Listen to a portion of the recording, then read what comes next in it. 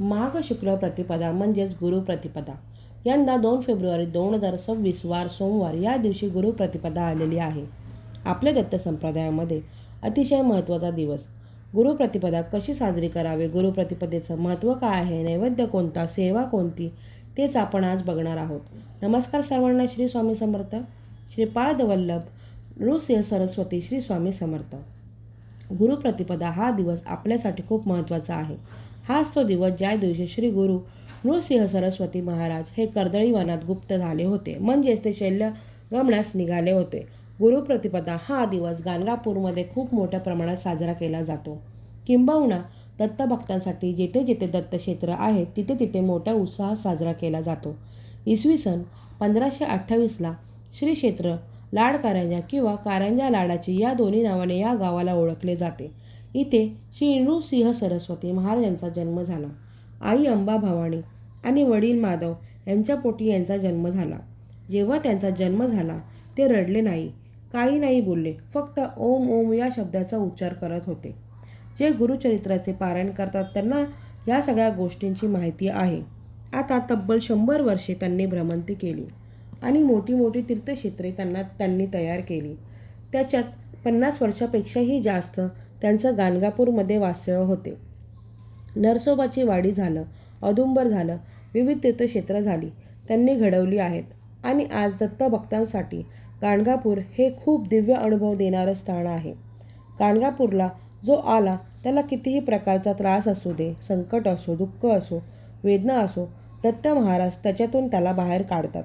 आपण जेव्हा गाणगापूरमधील दुपारची आरती बघतो तेव्हा आपल्याला अंगावर थरकाप उडतो. खूप सारे लोक घाबरतात. तो सगळा प्रकार बघून पण आपल्यावर दत्तकृपा आहे, आपल्याला महाराजांची कृपा आहे याचा आपल्याला अभिमान वाटतो. तर पैसा संपत्ती पेक्षाही गुरूंनी आपल्याला सुरक्षित ठेवलं आहे त्याचा आपल्याला खूप आनंद आहे. आता गुरुप्रतिपदा कशी साजरी करावी. प्रत्येकाच्या घरात जर दत्त महाराजांची मूर्ती असेल किंवा स्वामी महाराजांची मूर्ती असेल, श्रीपाद श्री वल्लभांची मूर्ती असेल, नृसिंह सरस्वती महाराजांची मूर्ती असेल किंवा जर फोटो असेल तर तो स्वच्छ करावा, त्यांना अष्टगंध अर्पण करावा. मूर्ती असेल तर 16 वेळा श्री पुरुष सूक्तम म्हणून महाराजांच्या मूर्तीवर अभिषेक करावा. सकाळी उठून तुम्हाला ही सेवा करायची आहे. आपण दत्त संप्रदायाचे आहोत. आपल्याला महाराजांच्या मूर्तीवर अभिषेक करणं महत्त्वाचं आहे. जर घरात महाराजांची मूर्ती असेल तर हे करून झाल्यावर त्यांची आवडती पिवळे फुलं त्यांना अर्पण करायची आहे. तुम्हाला शक्य असेल तर 12 वाजता आरती करा. पहिल्यांदा गणपतीची आरती करावी, नंतर दत्तगुरूंची आरती करावी, मग स्वामींची आरती करावी. गायत्री मंत्र म्हणू शकता.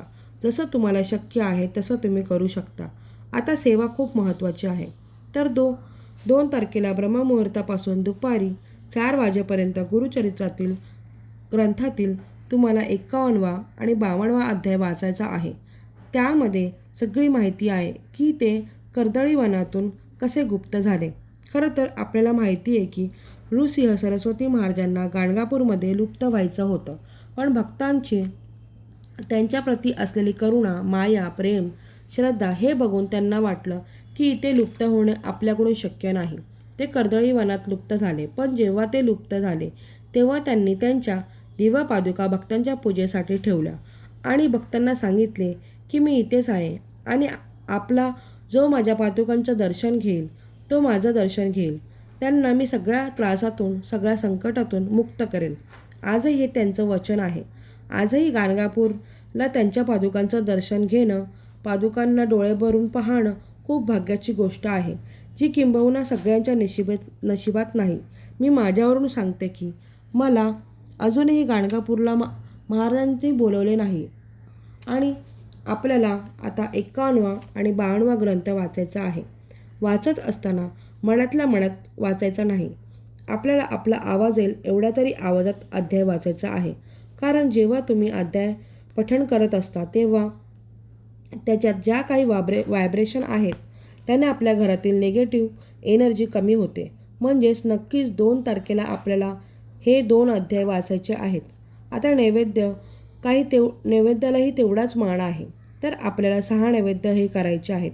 6 नैवेद्य कोणासाठी आणि कुठले नैवेद्य ते मी तुम्हाला सांगते. वरण भात आणि श्रावणी घेवडा.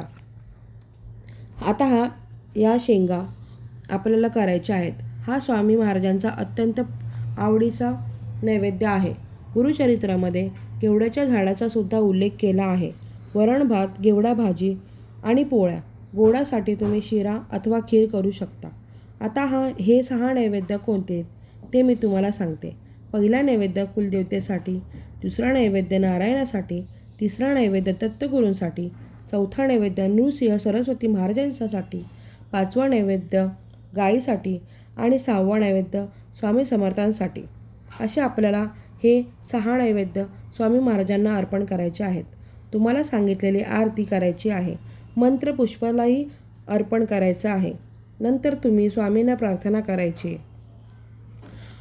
15 मिनिटानंतर तुम्ही तो नैवेद्य ग्रहण करू शकता. तुम्ही जर कामाला जात असाल तर तुम्ही संध्याकाळी नैवेद्य दाखवू शकता. गुरुचरित्र ग्रंथ ब्रह्ममुहूर्तापासून दुपारी 4 वाजेपर्यंत तुम्ही वाचायचा आहे. 12 ते 12:30च्या दरम्यान तुम्ही पारायण करू नये, कारण ती दत्तगुरूंची भिक्षेची वेळ असते. आता महत्त्वाची गोष्ट म्हणजे नृसिंह सरस्वती महाराजांना कर्दळी वनासाठी निघाले असताना तेव्हा भक्तांनी त्यांच्यासाठी बेसनचे लाडू दिले होते. तर तुम्ही 2 बेसनचे लाडूही स्वामींच्या नैवेद्यामध्ये दाखवू शकता. तर हे लाडू तुम्हाला सोमवारचा पूर्ण दिवस स्वामींच्या पुढे ठेवायचा आहे. तो तुम्ही दुसऱ्या दिवशी ग्रहण करू शकता. तर अशी प्रथा आहे.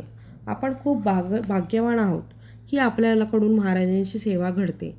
आपण अध्यायात आहोत. आपल्याकडून दत्तसेवा घडते. ज्या ज्या घरात दत्तसेवा, स्वामी सेवा होते तिथे कशाचीही बाधा उद्भवत नाही. जोपर्यंत दत्त महाराज तुमच्यासोबत आहेत तोपर्यंत तुम्हाला कशाचीही भीती नाही. दत्तसेवेमध्ये एक गोष्ट आहे, जे आपल्यासाठी नको असलेले लोक आहेत ते आपल्यापासून दूर होतात. मग ते रक्ताचे असो किंवा बाहेरचे असो. दत्तसेवा करणाऱ्यांना भोग आहेत, दुःख आहेत, पण ते आपल्यापर्यंत तेवढ्यात तीव्र वेदना येऊ देत नाही. महिलांनी ही सेवा चुकवू नका. तर ही माहिती मी इथेच संपवते. तुम्हाला जर व्हिडिओ आवडला असेल तर तुम्ही नक्कीच लाईक, कमेंट, शेअर करा आणि माझ्या चॅनलला सबस्क्राईब करा. भेटूया पुढच्या व्हिडिओमध्ये. श्री स्वामी समर्थ.